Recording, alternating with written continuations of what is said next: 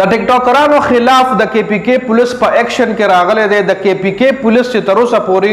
څومره هم کارنامې کړي دي هغې کې ټول نه بیسټ کارنامه چې کومه ده هغه هم دا ده چې ټیکټاکرانو خلاف دی اپریشن شروع کړو. چې چا نه هم تپوس کې په میډیا باندې یا د میډیا نه بهر چې چا نه هم تپوس کې نو هغوی په دې خبره د کے پی کے پولیس نه ډېر زیات خوشحال دي چې د ټیکټاکر دا سافټویر اپډیټ کول شروع کړي دي. هغه ټیکټاکر اوس د کے پی کے پولیس رانیسي څوک چې په ټیک ټاک باندې فحاشي خوري. یو طرف له خو په ټیک ټاک باندې په خپل لایف کې دغه فحاشي خوره کی او بیا چې څومره هم کریټرز دی پیجونه چلی یا خپل هغه نه سکرین ریکارډینګ وکړي نو هغه د ټیک ټاک چې کومه فحاشي وي بهوده الفاظ وي نو هغه بیا ټیک ټاک نه فیسبوک ته راشي فیسبوک نه یوټیوب ته هم لاړ شي. نو داسې ټول څومره هم سوشل میډیا پلیټ فارمز دي نو هغې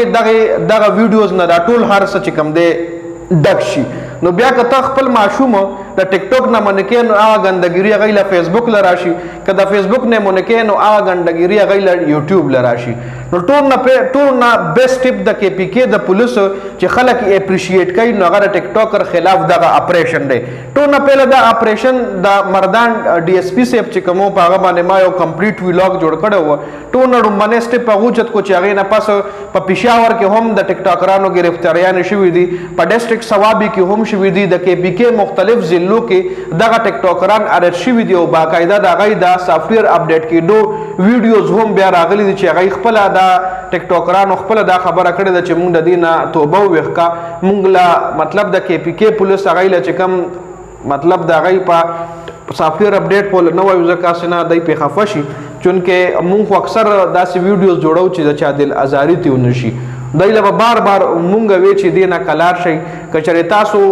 د میډیا نه پیسې ګټل غواړئ سوشل میډیا نه په ټیک ټاک د نورې هم ډېرې لارې شته. ضرور نه چې تاسو په ټیک ټاک باندې یو بل له کنځلو کوئ بېهوده الفاظ استعمال کوئ. نو د کے پی کے پولیس په دې سټپ باندې ډېر زیات خلک خوشحاله دي ډېر زیات خلک خوشحاله دي او په دې کې کے پی کے پولیس خپل انټرسټ هم شو کو چې ډېر په ګڼ تعداد کې په لږ وخت کې غټ غټ ټیک ټاکران یې راوویښکل او هغوی له ووي چې تاسو د دې کار نه توبه کوئ او هغوی توبه کړې هم ده. نو دا یو ډېر بیسټ ټپ دی.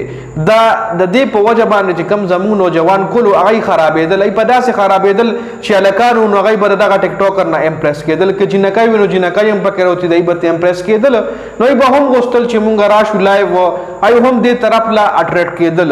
ځکه نن سبا د فتنې دور دی که یو سړی پازیټیو شي له ته اټریکټ کېږي نو هغه ډېر په ګرانه باندې اټریکټ کېږي خو که چېرې نیګیټیویټي طرف ته ته بوځي نو ډېر په اسانه باندې نیګیټیویټي ته اټریکټ کېږي. نو زموږ چې کوم نوې کول دی د هغوی د بچاو دپاره د هغوی مایند کلیر کولو دپاره د هغوی سوچ صفا ساتلو دپاره د کے پی کے پولیس دا یو ډېر بیسټ سټپ و چې دغه ټیک ټاکران یې راونیول او